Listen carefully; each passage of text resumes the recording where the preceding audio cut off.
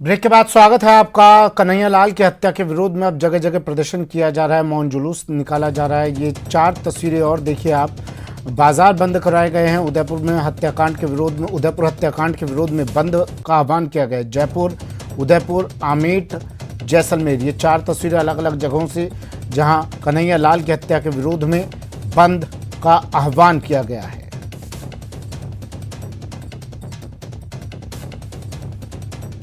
चार तस्वीरें जयपुर, उदयपुर, आमेठ और जैसलमेर से बंद का आह्वान। में कन्हैया लाल साहू के हत्याकांड के बाद आज तीसरे दिन उदयपुर वासी आज यहाँ पर सर्व हिंदू समाज की ओर से एक मौन जुलूस का जो आयोजन किया जा रहा है। इस वक्त हम मौजूद हैं टाउन हॉल में, जहाँ पर ये जो रैली है यहाँ पर पहले इकट्ठा हुए हैं उदयपुर के जो सर्व हिंदू समाज के जो लोग हैं, और उसमें संत समाज भी और सभी धर्मों के जो सभी समुदाय के जो लोग हैं वो यहाँ पर इकट्ठे हुए हैं। आप देख सकते हैं सबसे पहले यहाँ व्यू रचना बनाई गई है। सबसे पहले लोगों को यहाँ पे जो है बैठाया गया। ये मोहनलाल सुखाड़िया रंगमंच और टाउन हॉल है, जहाँ पर सैकड़ों की संख्या में लोग भगवा जो झंडियाँ जो लेकर के यहाँ पे बैठे हुए हैं, और यहीं से ये लोग यहाँ से रैली को निकालते हुए, मौन रैली को निकालते हुए टाउन हॉल से कलेक्ट्रेट पहुंचेंगे और वहां पर जिला कलेक्टर को एक ज्ञापन सौंपा जाएगा, जिसमें कन्हैया लाल साहू के जो हत्याकांड में लिप्त जो दोषी हैं या उसमें और भी लोग इसमें मिले जुले हो सकते हैं। आज जो उदयपुर में जो इस तरह की नृशंस हत्या जो हुई है हमारे समाज, हिंदू समाज के जो व्यक्ति की, उसके विरोध में हमने यहाँ पे मौन जुलूस के रूप में कलेक्ट्रेट जाने का प्रण लिया है और निश्चय किया है। ये मौन जुलूस है, मौन जुलूस का मतलब क्यों, क्या एक मतलब है? एक प्रकार का शक्ति को ताकत दिखाते हुए किसी प्रकार की अराजकता न हो, हम पूर्ण प्रशासन के सहयोग के साथ ये मांग करते हैं। हमारा ज्ञापन में वर्णित है कि हम इसके तार जहां जहां तक तो जुड़े हुए हैं। ये उदयपुर की घटना नहीं है, ये विदेशी साजिश है। जिन लोगों ने उनके द्वारा बने गए हैं उनकी संपूर्ण जांच होनी चाहिए, हमारी ये मांग है। इसलिए मौन है, मौन से ही ऊर्जा संचित होती है। आने वाले समय में और भी इस जांच के लिए जो कुछ भी करना पड़ेगा, हम लोकतांत्रिक तरीके से ऐसा भव्य बड़ा आंदोलन खड़ा करेंगे। यही नहीं, पूरे राजस्थान में खड़ा करेंगे। तो देखिए कुछ लोगों और हैं यहाँ पर जिनसे भी हम बातचीत करेंगे। भाई साहब, क्या है मौन जुलूस, आज क्यों है मौन जुलूस? आप देख रहे हो, ये एक निर्दोष एक गरीब मजदूर आदमी की हत्या करके, और यहाँ पर उदयपुर का इतना शांत वातावरण था उसको इतना दूषित कर दिया है। पुलिस की लापरवाही मानता हूँ। जब आज से 10 दिन पहले वो बेचारा थाने में गुहार लगा रहा था कि मेरे को जान माल का खतरा है, मेरे को मर्डर कर सकते हैं, उसको खुद को गिरफ्तार किया है। पुलिस की नाकामी ये है कि उसको गिरफ्तार करके छोड़ दिया और कह दिया समझौता हो गया, और बार बार वो तरस रहा था कि मेरी जान को बचाओ। और उसके बाद में भी पुलिस निष्क्रिय रह के और उस बेचारे निर्दोष की हत्या करवाने में उनको सह दी। और ये पुलिस प्रशासन इतनी नाकामी में, ये जघन्य अपराध में जो आज वो पकड़ कर बता रहे हैं कि हमने पकड़ लिया। अरे ये नौबत क्यों आई? 7 दिन पहले उसके ऊपर संज्ञान लिया होता तो आज ये पूरा उदयपुर के नहीं पूरा देश का वातावरण खराब नहीं होता। और पुलिस प्रशासन की तो गहलोत जी की सरकार का एक विधायक कह रहा है मेरे को पुलिस के ऊपर शक है कि मेरा मर्डर करवा देंगे। इससे बड़ा दुर्भाग्य क्या हो सकता है? पुलिस महकमा का गहलोत जी के हाथ में कोई लगाम नहीं है। इसलिए गहलोत जी को मैं तो कह रहा हूं, ये अभी भी आपको अगर सहानुभूति चाहिए तो ऐसे अपराधियों को सरेआम फांसी की सजा देके और इसको न्याय दे, ताकि ये उदयपुर का इतना पर्यटक का ऐतिहासिक पॉइंट उदयपुर माना जाता है, इसके अंदर आज आतंकवादी जैसा हमला करके और हमारे यहाँ का शांत वातावरण को दूषित किया है। मैं पर्सन दिलीप के साथ विष्णु शर्मा, न्यूज 18 राजस्थान, जयपुर। उदयपुर में कन्हैया लाल साहू की हत्याकांड के बाद आज सर्व हिंदू समाज की ओर से उदयपुर में एक बड़ी रैली का आयोजन किया जा रहा है, जिसका नाम मौन जुलूस रखा गया है। और मैं अपने एक मकान की छत से आपको दिखा रहा हूँ इस रैली के जो भव्य दृश्य आप देख सकते हैं। जिला कलेक्ट्रेट के बाहर हजारों की संख्या में भगवाधारी जो लोग हैं, तिरंगा हाथ में लिए जो लोग हैं, स्थानीय निवासी हैं, उदयपुर के रहने वाले लोग हैं, यहाँ पर कलेक्ट्रेट पहुंचे और यहीं पर एक प्रतिनिधिमंडल जिला कलेक्टर से मिलेगा, उनको ज्ञापन सौंपेगा और कन्हैया लाल साहू के हत्याकांड में लिप्त जो भी दोषी हैं उनकी फांसी की सजा की मांग के अलावा जो भी तत्व इसमें शामिल हैं उन सबकी जल्द ही गिरफ्तारी और जल्द से जल्द इस पूरे मामले को ऑफिसर केस स्कीम में लेकर के उनके खिलाफ कोर्ट में चालान पेश करने से लेकर के और सजा दिलाने तक की मांग को करेगा। फिलहाल मैं आपको दिखा रहा हूँ यहाँ के भव्य दृश्य आप देख सकते हैं। कलेक्ट्रेट के बाहर सैकड़ों की संख्या में यहाँ पर लोग मौजूद है। मैं अपने कैमरा पर्सन से कहूंगा कि जो पुलिस का जाब्ता है वो भी यहाँ पर काफी भारी संख्या में मौजूद है। आप देखिए लोग जो हैं, अब चूंकि रैली यहाँ पर टाउन हॉल से रवाना हुई थी, टाउन हॉल से रवाना होने के बाद में रैली जिला कलेक्ट्रेट कार्यालय में पहुंची और उसके बाद अब रैली का जो है समापन हो चुका है। लोग जो है वापस से लौटने लगे हैं। वहीं पर आप देख सकते हैं डीसीपी 9 जो उदयपुर है, मनोज कुमार चौधरी, वे अपने पुलिस जाब्ते के साथ यहाँ पर मौजूद है। उसके अलावा एडीजी जंगा श्रीनिवास राव, जिनको जयपुर से पुलिस मुख्यालय से भेजा गया है, और तमाम जो ऑफिसर्स हैं यहाँ पर भेजे गए हैं। दंगा निरोधक जो दस्ता है, उसके अलावा वज्र जो वाहन है वो यहाँ पर लगाए गए। रैली जो है इस वक्त में पूरी हो चुकी है और अब यहाँ पर जो लोग हैं उनको लौटने का सिलसिला शुरू हो गया है। तो फिलहाल मैं आपको दिखाना चाहूँगा यहीं पर जो लोग हैं, कुछ लोग भी यहाँ उदयपुर के रहने वाले हैं, हम उनसे बातचीत भी करेंगे और उनसे जानेंगे। सर, आप यहीं के रहने वाले हैं? जी। क्या नाम है आपका? अजय मोगरा। अच्छा जी, ये इस तरह का जो माहौल है उदयपुर में, कब आपने पहली बार कभी ऐसा देखा है माहौल? क्या सोचते हैं इस घटना को लेकर? पहली बार देखा है हमने, तो भारत के इतिहास में पहली बार देखी है ऐसी घटना। जब वीडियो, मुझे लगता है वीडियो आपने देखा है वो? जी देखा है। क्या सोचा आपने वो देखकर? कितना मन द्रवित हुआ आपका? सहम गए हैं, सहम गए हम, और क्या बोल सकते, कोई शब्द ही नहीं है। उदयपुर एक शांत शहर है, झीलों की नगरी है, पर्यटन वाली आबादी का है। आज ऐसा दृश्य जो है उदयपुर में नजर आ रहा है। कितना खौफ है या कितने, क्या सोचते हैं अभी एक उदयपुर वासी होने के नाते आप? खौफ तो है ही है इन लोगों का, अब क्या सोच सकते हैं अपन, अब डर के आगे और कुछ भी नहीं है बस। पिछले 3 दिन से क्या मन में चल रहा है एक उदयपुर वासी होने के नाते? भाई उदयपुर इतना शांत शहर है, बहुत सौहार्दपूर्ण माहौल रहता है यहाँ। आज ये देख के दिल सहम गया है मतलब।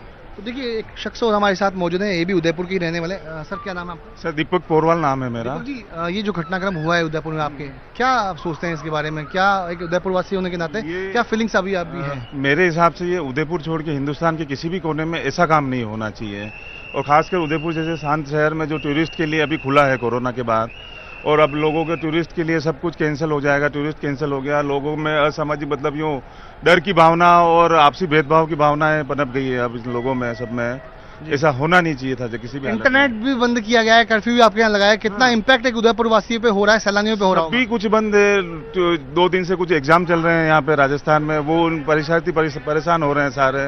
उनको न तो खाने का मिल रहा है, न ठहरने के लिए कोई सुविधा मिल रही है उनको। बाहर से आए हुए हैं जो स्टूडेंट हैं, उन लोगों के लिए कोई सुविधाएं नहीं हुई है अभी तक भी। तो देखिए उनका, लोगों का कहना है कि इंटरनेट की बंद होने की वजह से काफी परेशानी होगी। कुछ लोग और परिवार जो है हमारे साथ यहाँ पे मौजूद है। मैडम, उदयपुर में रहती हैं जी। ये जो पूरा घटनाक्रम है, इसके बारे में आप क्या सोचती हैं? सर, ये जो हुआ है ये बहुत ज़्यादा दयनीय तरीके से उनको मारा गया है, और हम लोग जैसे घर में बैठे हुए हैं तो भी हमें बहुत डर लग रहा है कि मतलब ऐसा नहीं हो कि ऐसा हमारे साथ हो जाए, इसलिए बहुत डरे हुए हैं हम लोग। जब ये घटनाक्रम हुआ 2 दिन पहले हुआ था, कैसे आपको मालूम चला कि ये हत्याकांड यहाँ पर हुआ है? सोशल मीडिया के थ्रू पहले हमें पता चल चुका था, उसके बाद में नेट बंद हुआ था जी। और फिर एक दूसरे से ज़्यादा दूर तो हुआ नहीं, मतलब घर पास ही है हम लोगों का, तो हमें पता चल ही गया था। 2 दिन से पूरा उदयपुर का माहौल बदल गया है। कहाँ पर्यटक यहाँ पर घूमते थे, कहाँ जहाँ सैकड़ों की संख्या में लोग यहाँ पर है, पुलिस का जाब्ता यहाँ पर है। उसके बारे में आपकी क्या सोच है? वो तो करना ही पड़ेगा, क्योंकि अगर अशांति फैल जाएगी तो दिक्कत आ जाएगी। इस वजह से पुलिस प्रशासन भी हम लोगों को सेफ्टी भी दे रही है, और हम लोग भी घर में ही हैं ताकि शांति भी बनी रहे। तो देखिए लोगों का कहना है कि पुलिस सेफ्टी दे रही है, लेकिन अशांति का माहौल जो है बना हुआ, उससे वे काफी भयभीत हैं। फिलहाल मैं आपको दिखा रहा हूँ यहाँ के दृश्य, जहाँ पर कलेक्ट्रेट के बाहर हजारों की संख्या में लोग जो है यहाँ पर मौजूद हैं। कैमरा पर्सन दिलीप के साथ विष्णु शर्मा, न्यूज 18 राजस्थान, उदयपुर। आज प्रदेश भर में अलग अलग जगह पर बंद का आह्वान किया गया। कुछ तस्वीरें आपको दिखा देते हैं प्रदेश भर से जो तस्वीरें हमारे पास आई हैं। तस्वीरें देखिए, श्रीगंगानगर, ओसियां, जयपुर, कोटपुतली और झुंझुनू की ये तस्वीरें हैं। यहाँ बंद के दौरान अति आवश्यक सेवाओं को छोड़कर सभी बाजार और प्रतिष्ठान बंद हैं। उदयपुर के कन्हैयालाल हत्याकांड पर पूरे देश में उबाल है। इस बर्बरता के खिलाफ पूरे देश में विरोध प्रदर्शन हुआ। सबने इस बर्बरता की एक सुर में निंदा की। वहीं न्यूज़ 18 की टीम इस हत्याकांड के पीड़ित परिवार के पास पहुंची और उनसे उनका दर्द बांटने की कोशिश की। इस दौरान कन्हैयालाल के परिजनों ने हत्याकांड की पूरी कहानी बताई। देखिए इस वक्त हम मौजूद हैं कन्हैयालाल जी के घर में, और उनके 2 बेटे तरुण और यश हमारे साथ हैं। उनके अलावा उनकी धर्मपत्नी जो है वो हमारे साथ है। चूँकि कन्हैयालाल जी के बारे में जब हम जयपुर से उदयपुर आए तो उनके व्यवहार के बारे में हमने काफ़ी कुछ सुना, उनके सहज जो उनके काम के बारे में हमने काफ़ी कुछ सुना, लेकिन अब वो हमारे साथ नहीं है। लेकिन हम उनके बेटों से बात करेंगे। ये जो पूरा घटनाक्रम हुआ, एक सोशल मीडिया के पीछे एक वजह बताई जा रही है, लेकिन मैं सबसे पहले सच्चाई जानना चाहता हूँ, क्योंकि उन्होंने कहा था कि मेरे बेटे से गलती से ये लग गया था, वो खेल रहा था, तो वो पूरा घटनाक्रम क्या है, मैं सबसे पहले आपसे वो जानना चाह रहा हूँ, क्या हुआ था? सर मैं बताता हूँ, एक्चुअली में क्या हुआ था कि वो एक कोई पोस्ट थी जो गलती से रिपोस्ट हो गई थी। अब वो किससे हुई, कि मेरे फादर से हुई या मुझसे हुई, या फिर एक बच्चा भी कोई मोबाइल खेलता है शॉप पे, उससे हुई, किसी वो क्लियर नहीं है, अभी तक भी क्लियर नहीं है कि वो किससे हुई। तो फिर भी मतलब पापा ने वो सामने से किसी ने कहा, जो जिसने एफआईआर दर्ज की ना, उसने कहा था कि मतलब आपके कुछ आईडी पे है ऐसा। पापा ने उसको फ़ोन देके कहा था कि तू हटा दे भाई, ऐसा कुछ है भी तो तू हटा दे। तो वो खुद के हाथ से डिलीट करके गया, सेल्फ खुद के हाथ से डिलीट करके गया। और नेक्स्ट डे मतलब उसने एफआईआर कर दी और पापा को थाने बुला लिया था और उनको 24 घंटे थाने में रखा भी था। उस पोस्ट में क्या लिखा हुआ था दीदी, आपको ध्यान हो? क्या ऐसा था जो उससे इतना बड़ा विवाद कि कुछ लोग पैदा करना चाह रहे थे और कट्टरपंथी लोग तैयार हो गए उनको मारने के लिए? क्या हुआ था, क्या था पोस्ट? सर वो पोस्ट क्या थी वो तो मैंने भी नहीं देखी थी, बट ऐसा सुनने में आया था मेरे कि कोई नुपुर शर्मा वाली जो पोस्ट थी, कोई पोस्ट थी जो रीपोस्ट हो गई थी गलती से। क्योंकि पापा टेलर थे और टेलर का काम होता है सिलाई करना, वक्त ही नहीं मिलता है, तो ऐसे में आपको लगता है कितने आपके जो पिताजी थे वो कितना सोशल मीडिया को यूज करते थे, उपयोग करते थे? क्या लगता है आपको, एंड्रॉइड मोबाइल फ़ोन था उनके पास में, क्या था? हाँ सर, एंड्रॉइड मोबाइल फ़ोन तो मैंने ही ज़बरदस्ती उनको परचेस करवाया था कि मतलब आप ले लो, अच्छा फ़ोन है, कोई दिक्कत नहीं। तो वो इस वजह से लिया था पापा ने, और इतना कोई चलाते भी नहीं थे, ठीक है, फिर भी वह व्हाट्सअप, थोड़ा फेसबुक और व्हाट्सअप देख लेते थे ऐसा। आईडी बना किसने बनाई थी उनकी आईडी? यदि क्योंकि पापा को तो आती नहीं होगी, तो आप ही ने बनाई हुई थी या क्या था? आईडी तो बहुत टाइम पहले बनी थी मैंने ही जी। तो पापा क्या कहते थे सोशल मीडिया के बारे में, अच्छा है बुरा है, कभी चलती थी? पापा न्यूज़ देखते थे इसलिए कुछ कहते ही नहीं थे, वह न्यूज़ मिलती रहती है, देखते उसमें। और क्या, जब कभी नुपुर शर्मा का प्रकरण चला तो टीवी देखा होगा, क्या बोलते थे इस सारे घटनाक्रम के बारे में? टीवी नुपुर शर्मा का पूरा केस तो एक्चुअली मुझे अभी भी नहीं पता है क्या हुआ था उसमें, और क्या पोस्ट थी ध्यान नहीं है। कुछ बातें किया करते थे इस तरह की नुपुर शर्मा को लेकर के, क्योंकि यदि बात करेंगे तो ही पोस्ट करेंगे। बीजेपी की सांसद थी, ठीक है, इतना मैंने सुना था कि इसलिए उसके सपोर्ट में कुछ पोस्ट थी, तो वो रीपोस्ट हो गई थी, वो बाई चांस गलती से हुई थी ना। ये तो मतलब मेरे फादर हमेशा से कह रहे थे कि अगर कुछ हुआ भी है तो हमको पता नहीं, अगर किया भी हो तो भाई सामने खुद ने उसने हटाया, उसके हाथ से हटाया था। जब उनको जान से मारने की धमकियां दी जा रही थी तो घर में कभी इस तरह की बातों को उन्होंने बताया था आंटी जी? कम बताते थे, घर में टेंशन चलता था तो मेरे को तो कम बताते थे। टेंशन किस बात की, नुपुर शर्मा वाले प्रकरण को लेकर के या कुछ और चीजों को लेकर के? वही टेंशन था उनके, वही टेंशन था। अच्छा, हाँ। आपसे कभी कुछ कहा बेटों से आपसे कि भाई इस तरह से मुझे धमकियां दे रहे हैं, मैं पुलिस के पास में भी गया हूँ, कोई मेरे से सुनवाई नहीं कर रहा है, कुछ ऐसा है? हाँ, कह रहे थे कि कोई आके कोई बंदा आके धमकी दे के गया, काट दूंगा मार दूंगा ऐसे बोल के गया। दुकान भी बंद करने की बात रही कि उन्होंने शिकायत की थी, जब धमकियां मिलने लगी तो दुकान बंद कर दी थी, और ऐसा कुछ क्या है इस में सच्चाई? तो क्या बोला वो पापा ने? वो तो मतलब पापा ने इसकी मतलब री-एफआईआर करवाने री कंप्लेन की थी वहाँ पे जाके कि मतलब ऐसी हमको धमकियाँ मिल रही है, पर प्रशासन की तरफ से कोई कुछ नहीं हो पाया, हेल्प नहीं हो पाई। तो देख ही सकते हैं आप। धमकियों की वजह से दुकान भी क्या उन्होंने बंद कर दी थी क्या? सर देखो, धमकियों की वजह से एक्चुअली में बंद नहीं की थी, मतलब उस समय क्या उसमें मैटर गर्म ही था, गर्मा गर्मी में था, तो हमको थाने से ही कहा था कि अब 24 घंटे में मतलब आप छूट गए, अगले दिन हमने बेल करवा दी थी, तो आप मतलब 3-4 दिन तो दुकान बंद ही रखना। क्यों? ताकि मतलब मामला शांत हो जाए। तो पुलिस ने धमकी देने वालों पे कोई कार्रवाई नहीं की या पापा को कोई सलाह देकर के चुप कर दिया? नहीं, उस समय कोई धमकी नहीं दी थी ना, धमकी उसके दुकान खोलने के बाद दी ना, उस समय तक तो दुकान बंद थी 3-4 दिन। तो फिर हमने सोचा ठीक है, अब दुकान हम हमेशा के लिए तो बंद कर नहीं सकते, ठीक है, 2 दिन 4 दिन 1 सप्ताह 1 महीना, उससे ज़्यादा तो क्या करेंगे।